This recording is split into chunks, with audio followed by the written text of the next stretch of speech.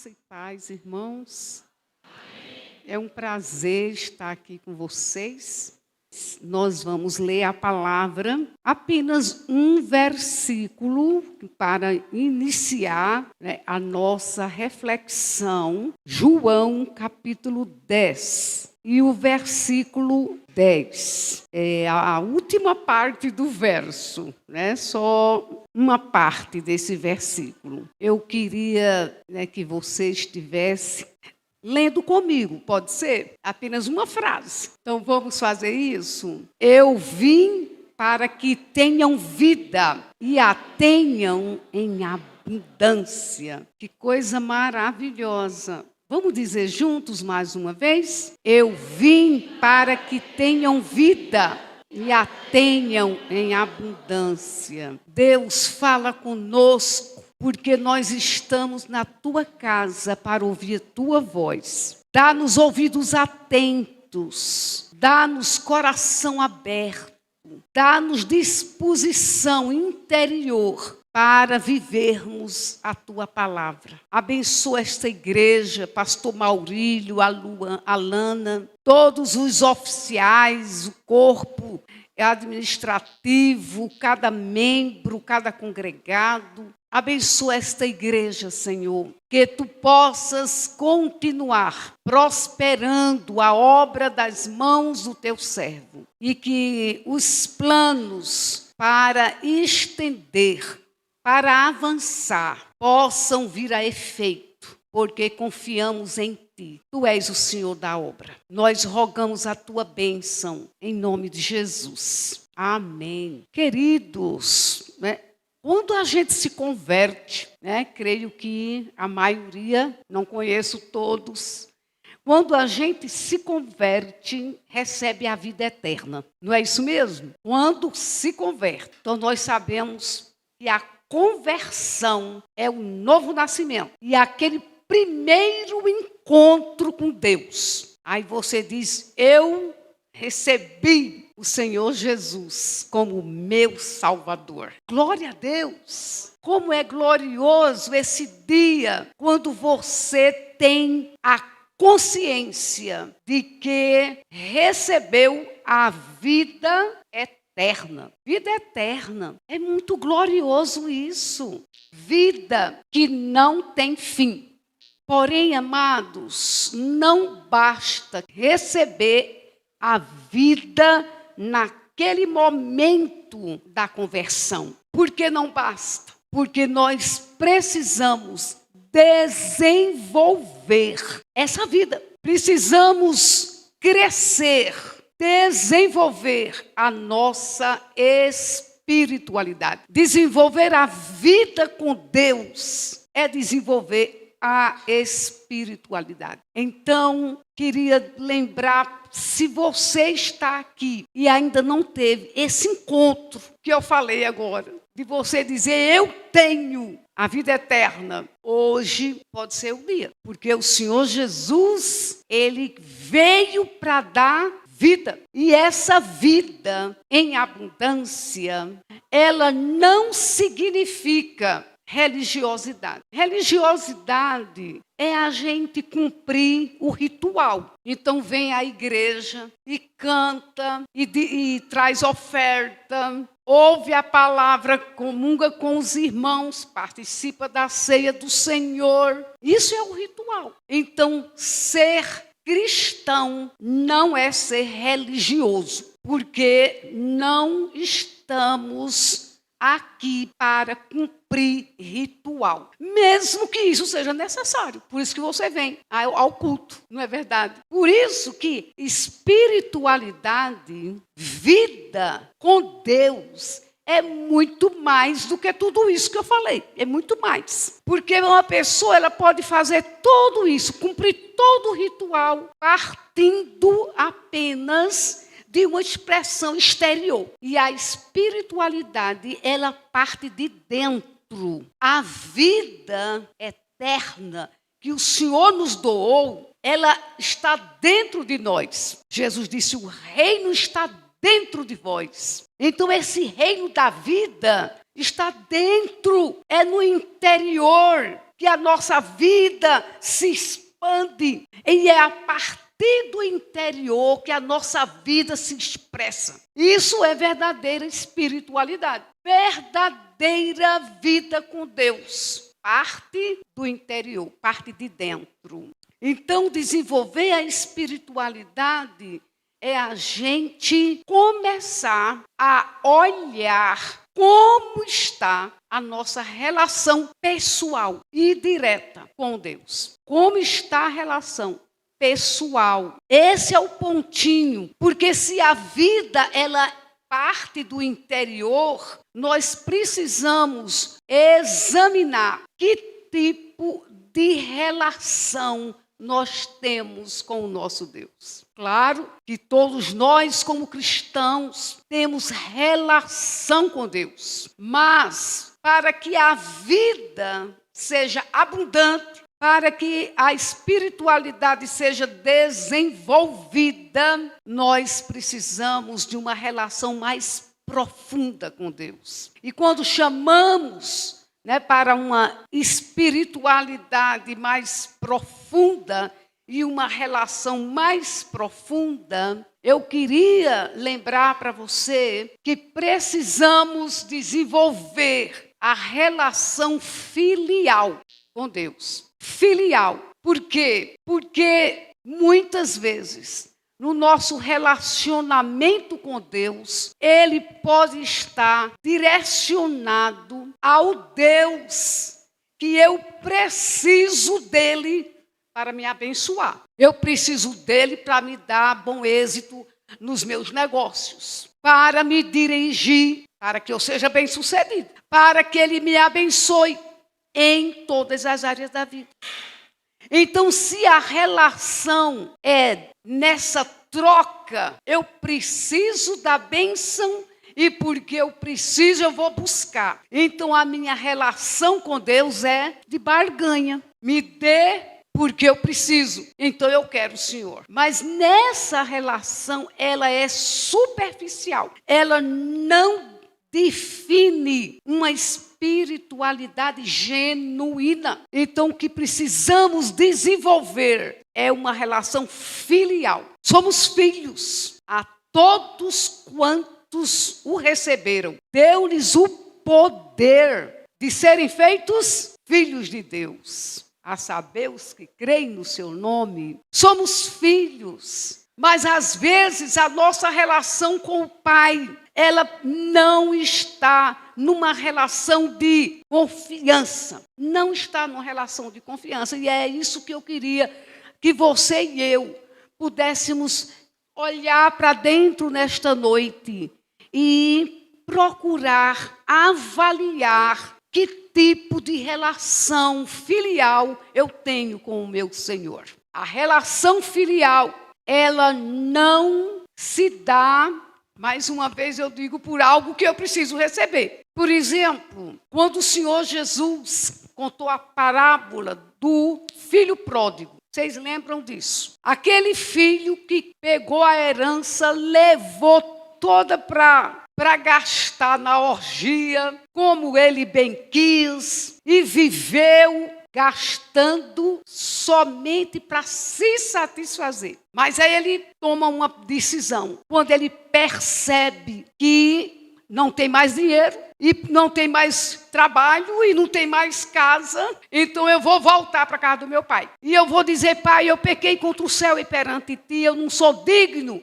de ser chamado teu filho, trata-me como um dos teus jornaleiros. Mas que surpresa ele teve, porque o pai não apenas o recebeu, mas fez uma festa. Que coisa maravilhosa. Fez uma festa. E ainda disse: tragam aí o anel e põe no dedo. Vamos matar um cordeiro, vamos festejar, porque meu filho voltou. Esta posição do pai trouxe um desconforto para o outro filho. Vocês sabem disso. Então, o outro filho diz: mas eu estou trabalhando para o Senhor todo o tempo. Eu não gastei nada. Eu estou aqui e o Senhor nunca me deu um cordeiro. Aí chega o filho que gastou toda a sua herança e o Senhor faz uma festa. Que visão o filho tinha do pai. Tinha a visão de um pai que só exigia o trabalho. Só queria que ele produzisse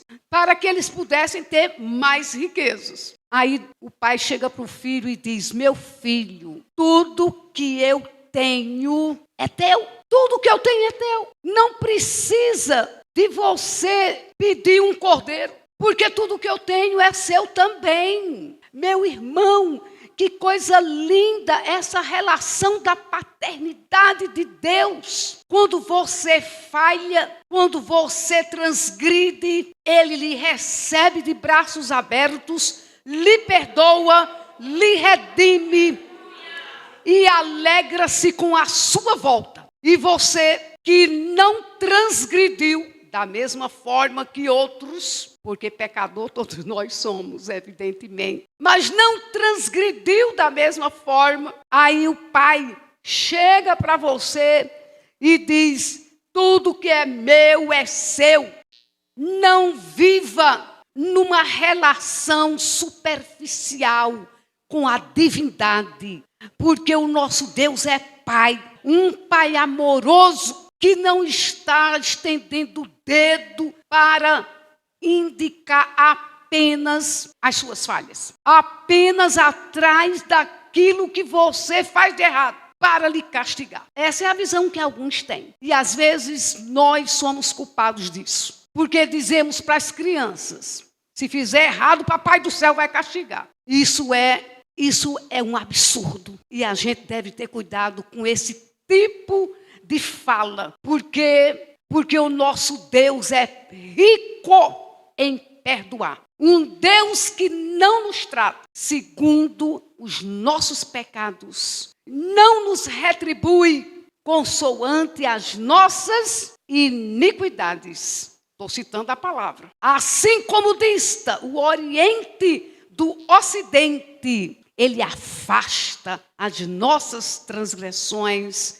porque lembra-se de que somos pó. Meus irmãos, o nosso Pai rico em perdoar e amoroso, Ele não está dizendo que você continue pecando, porque você sempre vai ser perdoado. Cuidado para não interpretar errado. Ele está dizendo que conhece a sua fragilidade humana, sua limitação. Então, quando você falhar, Ele não se surpreende, mas Ele espera que você faça como o filho pródigo, que você diga: eu vou voltar na casa do meu pai. Eu quero o aconchego do meu pai, o cuidado do meu pai. Queridos, a paternidade de Deus é uma coisa muito gloriosa. E essa paternidade, ela é vivenciada no amor do filho. Eu acho uma coisa fabulosa, tremenda. Sempre que eu leio João 17, 26, eu fico maravilhada. João 17, 26. Jesus ora, é a oração sacerdotal, vocês conhecem. Então o Senhor Jesus, Ele diz que Ele pede que o amor com que me amaste esteja neles e eu neles esteja. Já pensou? Você é um filho amado. Esse filho amado pode desfrutar do amor do pai. Mas uma coisa que a gente precisa ficar extasiado, que a gente se acostuma. Deus é meu pai, Deus me ama.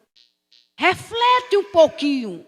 Jesus não disse assim: eu peço, Pai, que tu os ames, porque eu vim morrer por eles pelo teu amor. Ele diz: eu peço que o amor que o Senhor tem por mim, Ele como filho unigênito do Pai. Vocês sabem disso. O que nunca pecou. E na hora do batismo, a voz foi ouvida do céu: este é o meu filho em quem me comprazo. Eu tenho prazer nele. E Jesus disse: é com esse amor que o Senhor tem por mim, que eu peço que o Senhor tenha por eles. Glória a Deus por isso.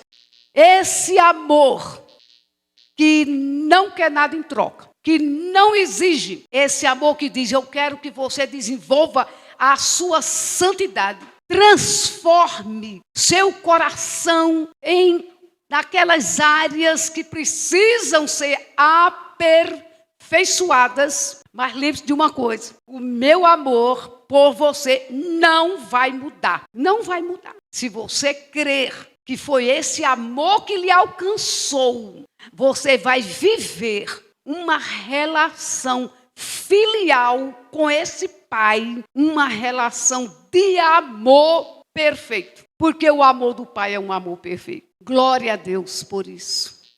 Desenvolver a espiritualidade é desenvolver a relação filial com Deus, nessa perspectiva de um amor divino, eterno, perfeito, porque o Pai nos ama como ama o Filho. E Ele diz para nós: eu quero gozar desse amor com você. Então, amados, que a gente possa desfrutar, essa palavra é interessante, desfrutar da graça de Deus na relação filial. Porque não é graça, nós nada merecemos. Às vezes, na nossa relação com o Pai, nós temos dificuldade de desenvolver a nossa espiritualidade, porque nós queremos que o nosso Pai nos atenda como se nós tivéssemos algo a oferecer. Mas tudo o que Deus nos dá é graça. Como é que eu posso oferecer alguma coisa? Então, a chamada de Deus para a nossa vida hoje é: desfrute da graça, porque a graça de Deus está a nosso favor.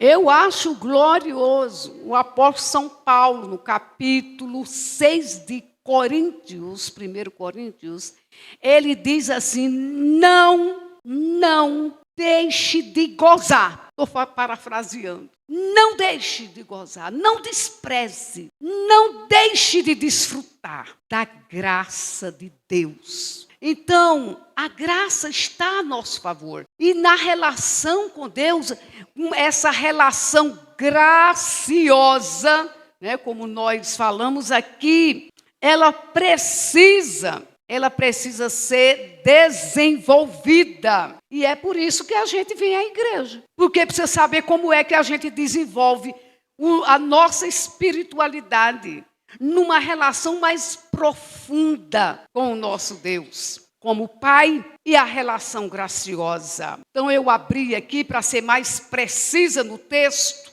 2 de Coríntios 6. Então a palavra, o apóstolo São Paulo diz: não recebam em vão, não torne vã, inútil. Que coisa tremenda essa exortação. Não torne inútil, meu irmão, a graça de Deus, porque ela está a seu favor.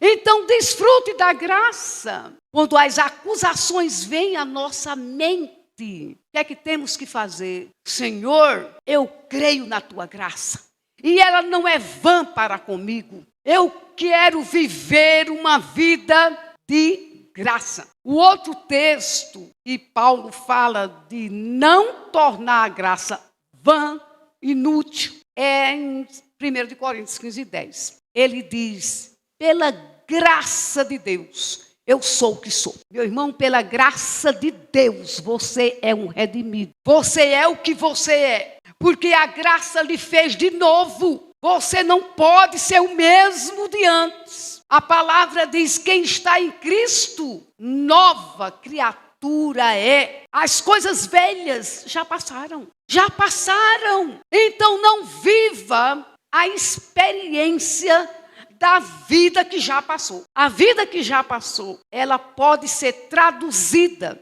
como uma vida de vícios, uma vida de inconformação com aquilo que você é ou aquilo que você tem, uma vida de indiferença com o outro, uma vida de desamor, uma vida de rejeição. Não, meu irmão, essas coisas já passaram.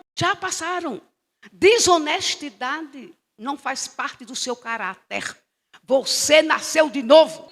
Uma vida iracunda, pessoa que se ira com tudo, já passou, meu irmão. Não torne vã a graça de Deus. Quando vem a tentação, quando vem a ira, se aproprie da graça. E a graça nos faz vencer a nós mesmos e viver a espiritualidade identificada com a vida de Jesus. Porque o que nós recebemos não é uma religião, não é um sistema de vida, não é uma filosofia de vida.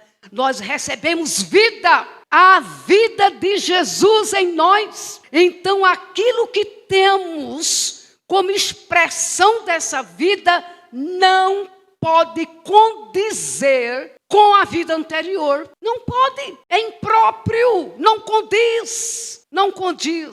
Então, como é que a gente faz para viver a vida abundante? Se apropria da graça. Você é filho, seu DNA agora é diferente. Você tem a natureza divina em você. Eu estou dizendo uma coisa que surpreende. Eu já falei milhares, eu acho que até milhões de vezes isso. Mas sempre me surpreende. O apóstolo São Pedro diz que nós somos participantes da natureza divina. Que mistério é esse, meu irmão? Você, eu, na nossa fraqueza moral, na nossa personalidade tão vulnerável, participamos da natureza divina. Que coisa gloriosa. Permita que a graça faça fluir de dentro de você essa vida que é a vida de Deus em nós, na sua natureza, que em nós foi implantada, foi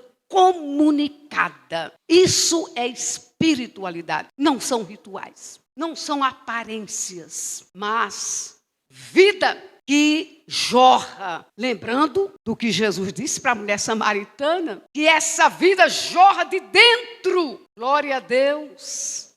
Quem beber da água que eu lhe der, jamais terá sede, porque essa água é a vida, a água viva. A vida de Jesus jorra do interior. Glória a Deus. Agora eu pergunto a você, avalie seu coração. O que é que está jorrando? O que é que está jorrando? É mais da natureza divina ou da natureza humana? É essa a luta do cristão. Vencer a natureza humana para que a vida de Deus se expresse na nossa vida. Possa jorrar de dentro de nós. Espiritualidade é vida interior. Vida e vida com abundância. Desfruta da graça. Pela graça de Deus sou o que sou. Porque a graça não é vã para comigo. Sabe por que eu sou o que sou? Em Cristo. E eu não sou o que sou na minha identidade da natureza caída. Eu não sou mais aquele ou aquela que se portava como não salva. Não sou mais aquela pessoa. Porque eu agora sou o que sou em Cristo. A sua vida jorrando de dentro de nós. Isso é ter vida em abundância. E isso é ser cristão. Então, amados, vamos pensar na nossa relação profunda com Deus. Relação profunda. Relação profunda é contrária daquele irmão. Aquele irmão que ficou em casa achando que o pai só dava presente para o filho que não merecia. Às vezes a gente tem essas maquerências dentro de nós, a gente tem que reconhecer. Filho, você tem aquilo que é do pai, porque você é herdeiro de Deus em Cristo Jesus. Então a relação é graciosa, mas também a relação, ela é comprometida. Deus é esse Pai amoroso, bondoso, sempre pronto a receber, a perdoar, a fortalecer, sempre nos colocando debaixo das suas asas. Lembrando do Salmo 91. Esse Pai maravilhoso, que nos ama com amor eterno, mas esse Pai nos chama por compromisso. A relação com Deus também é uma relação comprometedora. O que quer dizer isso? Nós precisamos lembrar que somos responsáveis para atender às exigências do Pai. Porque existe um evangelho de uma face só. É o evangelho da graça. Então Deus é gracioso, é tão bondoso, desfruta da graça. Mas a face de Deus também tem outro lado. Esse Deus gracioso, maravilhoso, é um Pai que disciplina seus filhos para que ele se comprometa a viver a sua vida. Quando eu digo disciplina, eu estou dizendo que ele nos instrui e nos conduz. E quantas vezes nós precisamos perceber Deus nos disciplinando para atendermos à expectativa dele para com a nossa vida. Porque esse Deus, ele é perfeito. Então a relação é comprometedora. Comprometedora porque não é porque Deus só quer ser exigente. É porque Deus sabe que nós, na nossa natureza humana, terrena, somos tendentes a desviar do caminho. Somos tendentes à fraqueza. Aí ele nos chama por comprometimento. O que é o comprometimento? Você é filho, você tem uma relação graciosa. Então, meu amado irmão, vamos corresponder ao caráter do Pai. Vamos corresponder. O que é que o Senhor quer? Vamos obedecer? Vamos obedecer. Eu acho também tremendo aquele texto de Hebreus 5, verso 8. A palavra diz que Jesus, Filho de Deus, perfeito. O texto diz, Jesus aprendeu a obediência pelo sofrimento. Que mistério é esse? Isso é profundo demais. Mas evangelho é isso. O Filho aprendeu a obediência para nos fazer filhos comprometidos em obedecer o Pai. Porque Jesus, ele andou por esse caminho para que a gente pudesse segui-lo. Tudo que ele fez, a forma como ele viveu aqui, foi exatamente para isso. Para que pudéssemos seguir os seus passos. Então, comprometimento é obediência. É o dízimo que eu preciso dar. Não é porque o pastor fala do dízimo. É porque eu obedeço a palavra de Deus. A frequência ao culto. Não é porque se eu não for, vou ser cobrado. É porque eu tenho compromisso de adorar o Senhor e de congregar. A palavra diz, não abandone a congregação. Vem para a casa de Deus. Isso é compromisso. A vida só é bem vivida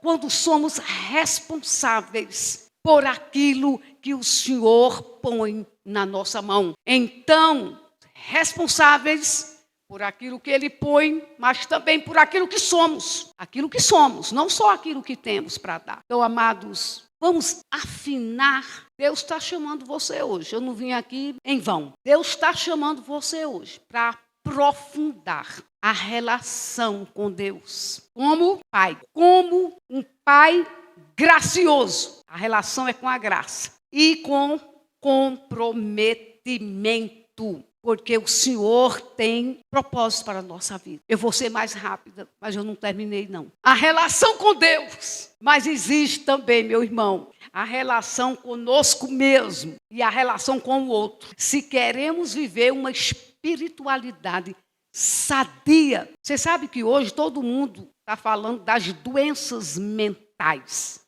Não é verdade? Depressão, burnout, todo mundo está aí precisando de psicólogo. Não sou contra a ciência, absolutamente não. Mas eu quero dizer a você que a vida espiritual verdadeira, profunda, ela se desenvolve na relação conosco mesmo. A relação sadia, você e você. Você e você. Como é que você se conhece? Quando você observa o seu comportamento, você reflete, por que é que eu estou tão zangado ou tão zangada por coisas tão pequenas? Você reflete. Espiritualidade requer autoexame. No meu livro eu falo de quatro formas de fazer o autoexame. E hoje, meu irmão, nós estamos aqui diante da mesa do Senhor. E para participar desses elementos, nós somos chamados a autoexame. Vamos fazer uma introspecção. Hoje, eu estou tomando a ceia com mais liberdade interior do que do mês passado. Aqueles pecados que eu confessei o mês passado, hoje já não preciso mais confessar. Ou a intensidade com que pequei já foi vencida, porque isso é a luta do cristão. Mas é necessário refletir para que o nosso relacionamento conosco mesmo seja vencido. Aliás, nosso relacionamento conosco mesmo seja autêntico. Guarde essa palavra. Espiritualidade sem autenticidade, ela é negativa. O que significa autenticidade é você agir como você é. Agora, na medida e no equilíbrio certo. A Bíblia é um manual de psicologia também, porque a Bíblia é a carta de Deus para o mundo. E todas as ciências podem ser encontradas na Bíblia. Romanos capítulo 12, verso 3. O apóstolo São Paulo diz, não pense de você mais do que você é. Ele está dizendo, faz o autoexame, mas tenha uma relação correta com você mesmo. Seja autêntico. Reconheça as suas falhas, mas também reconheça o seu potencial. Porque ninguém tem só falhas, fraquezas, vulnerabilidades. Não, também temos potencial, virtudes e valores. Agora precisamos analisar a nós mesmos para saber se estamos sendo corretos na forma da análise, se estamos sendo equilibrados na forma da gente se ver a si mesmo. Porque um problema nos nossos relacionamentos é porque a gente não sabe se ver a si mesmo à luz de Deus. Aí nós tratamos o outro com aquela visão errada acerca de nós. Como isso é terrível. Eu vou citar o verso, porque eu peço a Deus que a palavra trabalhe no seu coração. Um dia eu perguntei a uma missionária, professora, Dona Doris, eu fui da época de Dona Doris. Doris Woodley trabalhou no Betel com a Dona Ernestine. E ela estava dizendo, numa aula, não foi uma pergunta assim pessoal, numa aula. Ela disse, sabe quando você pregar, você saber que a palavra que você pregou valeu, foi Deus falando através de você. É quando a palavra fica no coração para a vida toda. Eu não sei medir isso, mas eu espero que essa palavra fique no seu coração para a vida toda. Para você fazer o autoexame. Então eu vou repetir Romanos 12, 3. Dá para você abrir a Bíblia? Eu vou repetir porque eu sei de cor, mas eu queria que você abrisse. Porque há textos, irmãos, que a gente tem que voltar a ele. Sabe quando a gente faz terapia? Há coisas que tem que repetir para poder você vencer. Qual é o verso? 12, 3. Paulo está dizendo, não pense acerca de você mais do que convém. Quer dizer, mais do que você é. Pense acerca de você com equilíbrio, com moderação. Então, não pense que você é melhor do que o outro. Não pense também que você é pior do que o outro. Pense com moderação. Quer dizer, reconheça aqueles pontos que você já venceu e reconheça aqueles que você precisa vencer. Porque é nessa busca da espiritualidade profunda e interior que nós vamos vencendo a nós mesmos e tendo autoconhecimento. Tem que ter autoconhecimento. Quais são minhas fraquezas? Então eu vou cuidar mais delas. Eu vou vigiar. Eu vou tomar posição para vencê-las. E a minha potencialidade, minhas virtudes, vou desenvolver, porque eu quero viver bem com todos. Com todos. A Bíblia diz que naquilo que nos compete, devemos ter paz com todos os homens. Ninguém, meu amado irmão, pode vir à mesa do Senhor sem esse autoexame. Eu preciso aperfeiçoar as virtudes e vencer as fraquezas. E isso é possível, porque não que a gente tenha capacidade para isso. Não temos, mas é porque nós temos o Espírito Santo de Deus em nós. Que notícia boa! É o Espírito de Deus que nos foi dado. Aí esse Espírito vai trabalhando no interior, na consciência, vai trabalhando e ele vai nos aperfeiçoando e nos fazendo de novo, segundo a imagem de Cristo. A imagem de Cristo. 2 de Coríntios 3:18. Somos transformados de glória em glória, na imagem dele. O Espírito vai transformando de glória em glória. De glória em glória, que significa o quê, meu irmão? Significa que a glória do Deus perfeito, do amor perfeito de Deus, vai se expandindo em você e vai se expressando em você. Isso é glória. Glória não é uma luz, o brilho na face de Moisés. Não é esse brilho, Paulo disse, esse desvanece. Mas a glória é nós vencermos a nós mesmos cada dia, não buscando ser melhor do que o outro. Voltando para Coríntios, sabendo nos autoavaliar com moderação e equilíbrio. Aí vamos sendo transformados. De glória em glória. Essa expressão da divindade na humanidade é a mais gloriosa glória que Deus nos oferece. Essa é gloriosa demais. É a divindade se expressando na nossa humanidade. Por isso que é glória. E aí, meu amado, nós vamos viver a vida de Deus e a vida de Deus em nós de forma abundante. Eu vim para que vocês tenham vida, a vida de Deus, e a tenham em abundância, na relação filial, na dependência da graça, com compromisso e com a visão correta acerca de nós mesmos, para podermos viver no equilíbrio, entendendo a fraqueza, entendendo as virtudes e vencendo todo dia. E aí nossa espiritualidade vai sendo desenvolvida e construída e nos faz então capazes. A palavra não é boa, não capazes, mas nos faz ter a graça de participar da mesa do Senhor. E Ele nos ajuda.